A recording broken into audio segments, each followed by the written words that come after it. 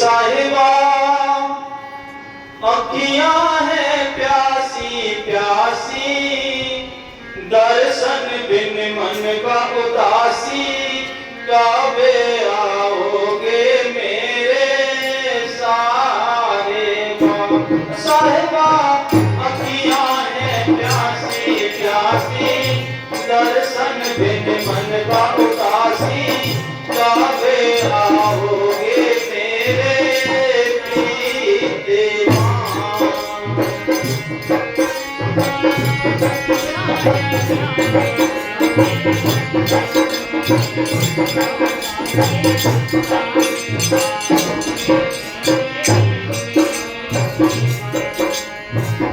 अरे ये काल गिरोह है भारी भारी, पूंजी लूटी है सारी, आकर बचाओ मेरे साहिबा।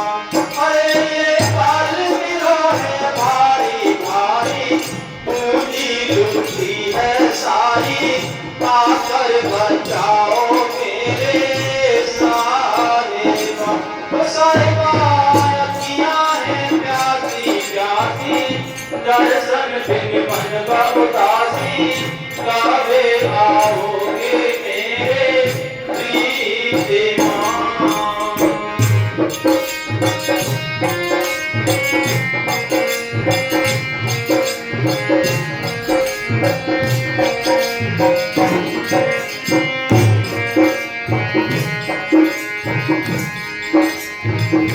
आए ये अगम है नदिया भारी भारी, डूबत है नाव हमारी, पारे लगाओ मेरे शहंशाह।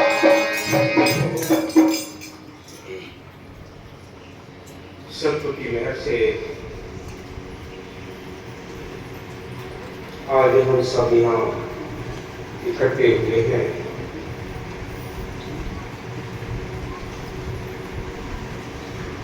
आज का ये दिन, ये जुलाई का महीना,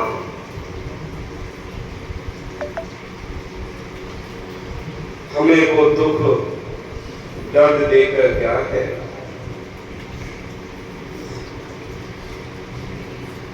जिसको हम पूरे जीवन दर्द का यह बिछोड़ा सहन करते रहेंगे। जुलाई महीने में ही 30 जुलाई को बाबा मेरे साथी ने अपना ये रूहानी कीमती जामा छोड़कर हम सबको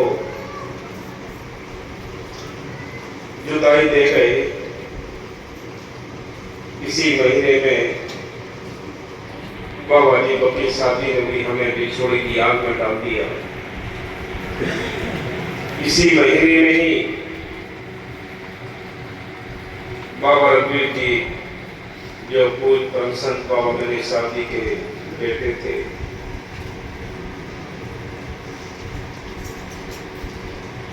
ये महीना हमें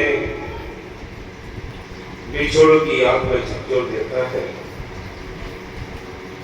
आप सभी साथ संगत बड़े दूर दराज से आए हैं, सभी अपने उस मुर्शिद की याद में बैठने के लिए। याद तो हमेशा ही श्वास श्वास में रखनी चाहिए। संत कहते हैं ये जीवन बड़ा अनमोल है, इसी में बैठकर हम उस मालिक को याद कर सकते हैं।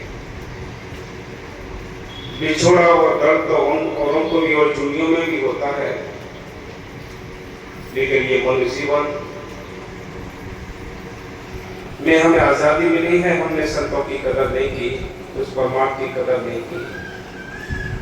मौके पर संत होते हैं, उनके वचनों पर अमल नहीं किया, बाद में रोते और बिलखते रहते हैं। आज आंखें प्यासी हैं, आज दिल बेचैन है अपने प्रीतम के दर्शनों के लिए। हम सभी बाहर दर्शन करते हैं वो दर्शन नहीं होते। अंदर कोई बिरले दर्शन करते हैं जिनको अंदर तसल्लियां होती हैं। अंदर दर्शन करने वाले बहुत कम होते हैं। बाहर से संतों के दर्शन कर करके अपनी तसल्लियां ले लेते हैं, क्योंकि बाहर जो स्थूल शरीर में हमें दर्शन होते हैं वही रूप हमें अंदर दिखाई देता है। एक ही रूप होता है। संतों के जिस रूप में संत नाम देते हैं उसी रूप में हमारे अंदर भी संभाल करते हैं। संतों ने हमेशा ही हम सबको समझाया है।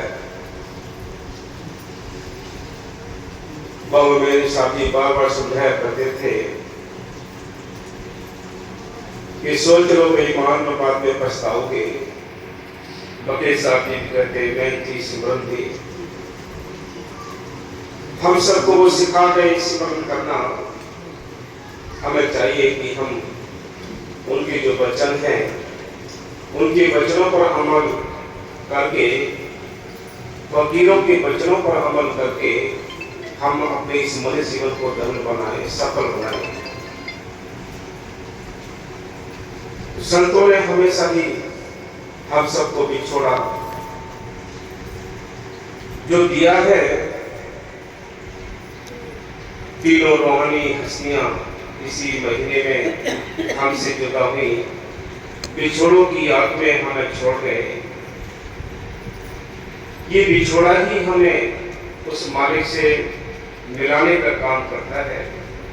इस बिछोड़ों की अग्नि में चूट जितना जल गया, जितना जिसने अंदर दर्द पैदा कर लिया, उतना ही वो मालिक के नजदीक पहुंचने लगा। किसी को पता ही नहीं है ये दर्द भी, ये बिछोड़ की आग में भी वही जलते हैं जिनको संत मत की समझ होती है, जो संत मत को जानते हैं, जिन्होंने संतों के साथ प्रीत की है, वो इस आग में जलते हैं। बाकी किसी को फर्क नहीं पड़ता। बाबा मेरे साथ चले गए, कोई फर्क नहीं पड़ा। वकील साहब चले गए, कोई फर्क नहीं पड़ा। फर्क उनको पड़ा है जो आज भी मेरे साथी के लिए रोते हैं, आज भी वकील साथी के लिए रोते हैं, आज भी बाबा मस्ताना जी के लिए रोते हैं। ये आग, ये बिछोड़ा, ये माल से मिलाने का कार्य करता है। ये बिछोड़ा जिसको सताता है वो मालिक के नजदीक धीरे धीरे चला जाता है। बाबा मेरे साहब जी ने अपने वचन में लिखा है कि 100 वर्ष का भजन सिमरन पीछे है। अगर किसी का भजन बन जाए, तड़प पैदा हो जाए, अंदर वो ग्रह जगे जो बेचैन किए रहते हैं। इस ग्रह के बारे में भी बाबा मस्ताना जी ने लिखा है। जिस दिन ये ग्रह जगेगी, जिस दिन आपके अंदर वो आग लगेगी, उस दिन एक पैर इस मृतलोक में होगा और एक सचखंड में होगा। ये ग्रह हमें नहीं जगती। क्यों नहीं जगती? क्योंकि हमारी सारी तवज्जो, सारा ध्यान, सारी लगन हमें स्वार्थ में है। स्वार्थ में रस आता है। कैसे रस आता है? कि जैसे कुत्ते हड्डी को खाते, उस हड्डी की खींचातानी करते हैं, उस हड्डी के अंदर उनको स्वाद नहीं, स्वाद उनके अपने खून से आता है, उनके अपने दांतों में से खून निकलता है, उसका स्वाद उनको मिलता है। इसलिए संत कहते हैं इसी प्रकार ये मन हमारा दुश्मन है, ये कुत्ता है, ये स्वार्थ रूपी हड्डी को खींचातानी करता रहता है। इसको इसमें रस आता है। आत्मा के लिए रस है उसका भजन सिमरन, उसकी परमार्थ की कमाई, परमार्थ का धन, उसको ये चिंता होती है। इसी प्रकार संत कहते हैं ये मौका है, इस मौके का जिसने फायदा उठा लिया वो भाग्यशाली है, किस्मत वाला है। बाकी सब हम आभार बनकर बदकिस्मती के कारण ऐसे अपना सारा समय बर्बाद कर देते हैं। संत हमारे इस हालत पर तरस खाते हैं। देखते हैं कि ये जीव, ये आत्मा यहाँ 84 के जेल खाने में कैद है और यहाँ इसको सुख नहीं मिलता। जिस भी जूनी में जाती है ये आत्मा, वहां इसको दुखी दुख मिलते हैं। संतों ने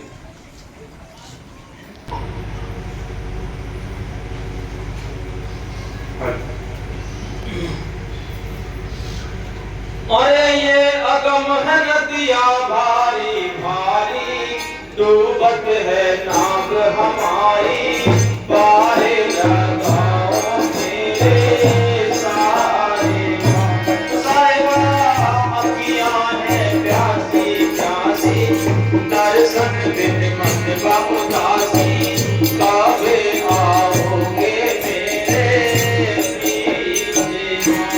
ये हम नदियाँ क्या है? ये नदी कौन सी है? ये नदी है, ये भव सागर है। ये भव सागर कोई पानी का सागर नहीं, ये सागर हमारे अपने कर्मों का दलदल है। हम अपने किए हुए कर्मों के दलदल में फंसे पड़े हैं। यहाँ हम 84 लाख दुनिया में जगह जगह जाकर दुख उठाते हैं, सुख नहीं मिलता। संत कहते हैं कि इस भव सागर से इस किस्ती को पार लगाने वाले कोई संत जन होते हैं।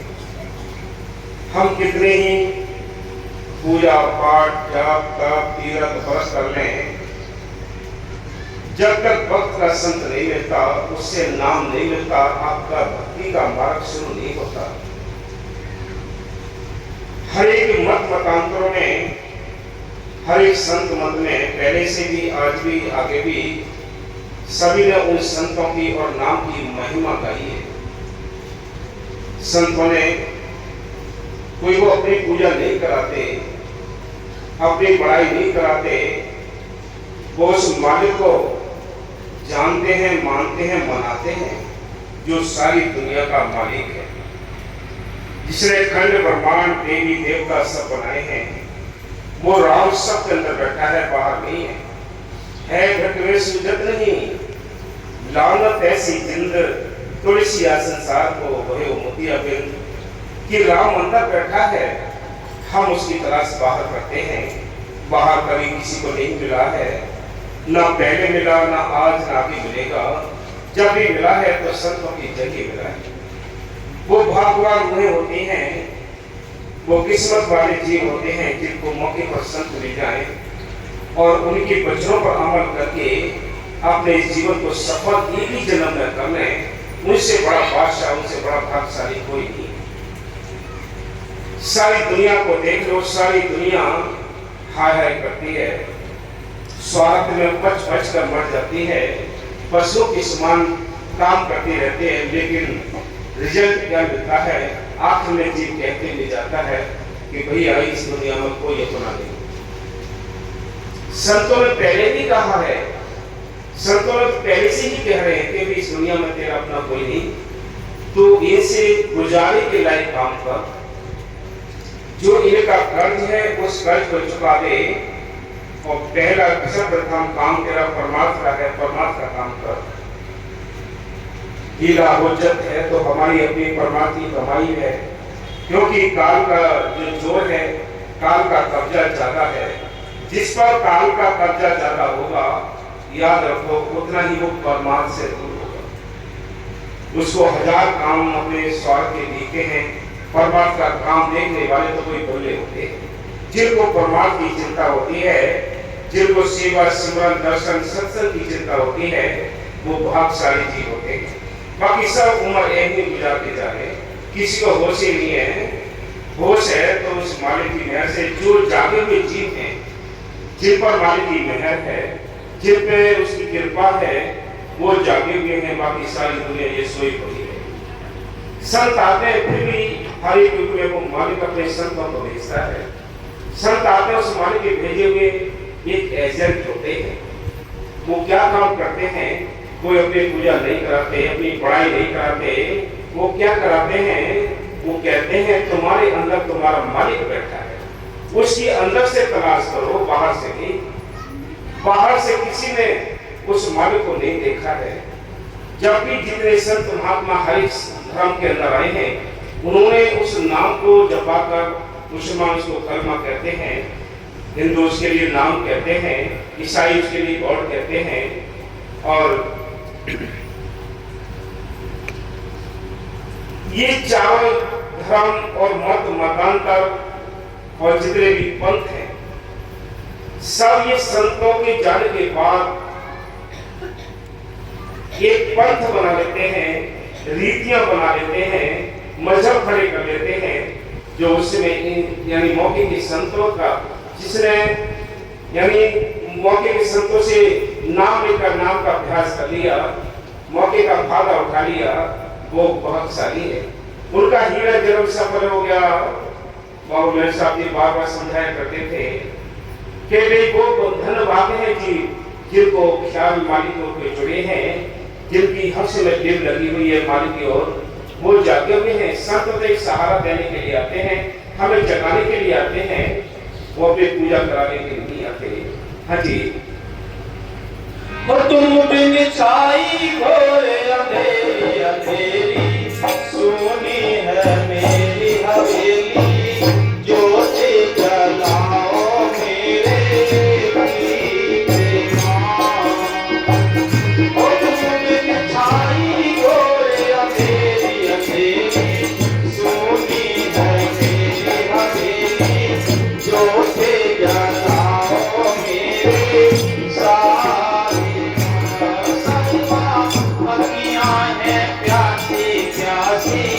दर्शन बिन मन का उदासी, कबे आओगे मेरे प्रीति माँ।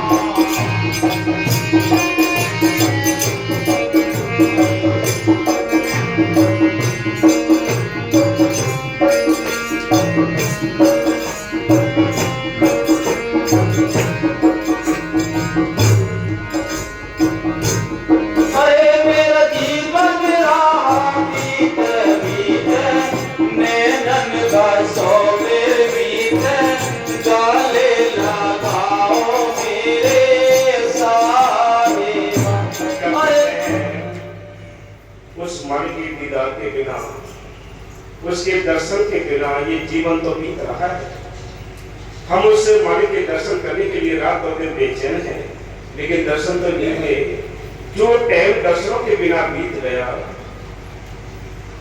जो उसकी याद में बीत गया, वो है तो कामयाब, लेकिन है तो बिना दर्शन के कुछ भी नहीं।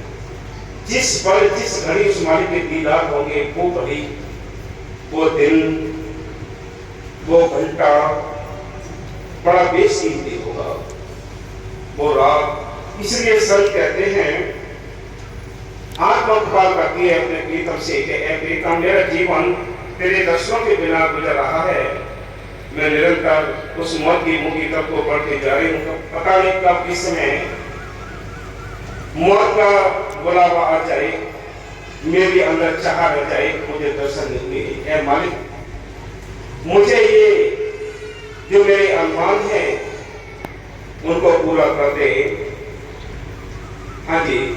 ओ साहिबा अखियां हैं प्यासी प्यासी, दर्शन बिन मन का उदासी, कबे आओगे मेरे सारे माँ।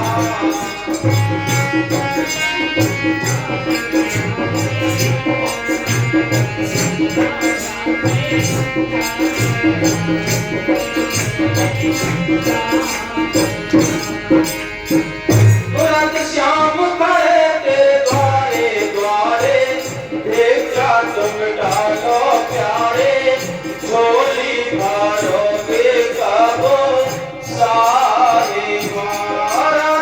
श्याम खड़े तेरे द्वारे द्वारे,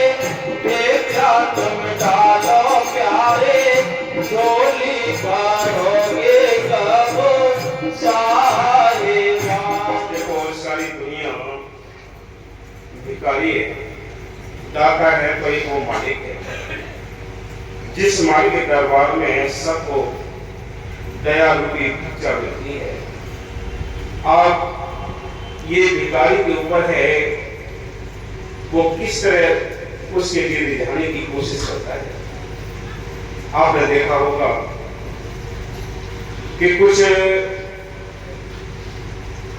भिखारी ऐसे होते हैं जो दरबार खड़े होकर भिक्षा मांगते हैं। घर के ही कितने ही अमीर हो, किसी के दरवाजे पर जब जाते हैं, अगर वो कटु लफ्ज या कड़ी लफ्जों में कहो कि मुझे इतना टाइम हो गया है तो भिक्षा डाल दो, तो कोई उसको भिक्षा नहीं दे सकता। जब भी जिसको भिक्षा मिली है तो देवता से देवता पूर्वक उस मार्ग से बेनती करो, उस दरबार में बेनती करो तो भिक्षा मिलेगी। इसलिए संत कहते हैं कि वो मालिक दाता है, हम सब भिखारी हैं, हम उसके दरबार को खटखटाते रहेंगे। हाँ जी, वो साहिबा अखियां हैं प्यासी प्यासी, दर्शन बिन मन बाउला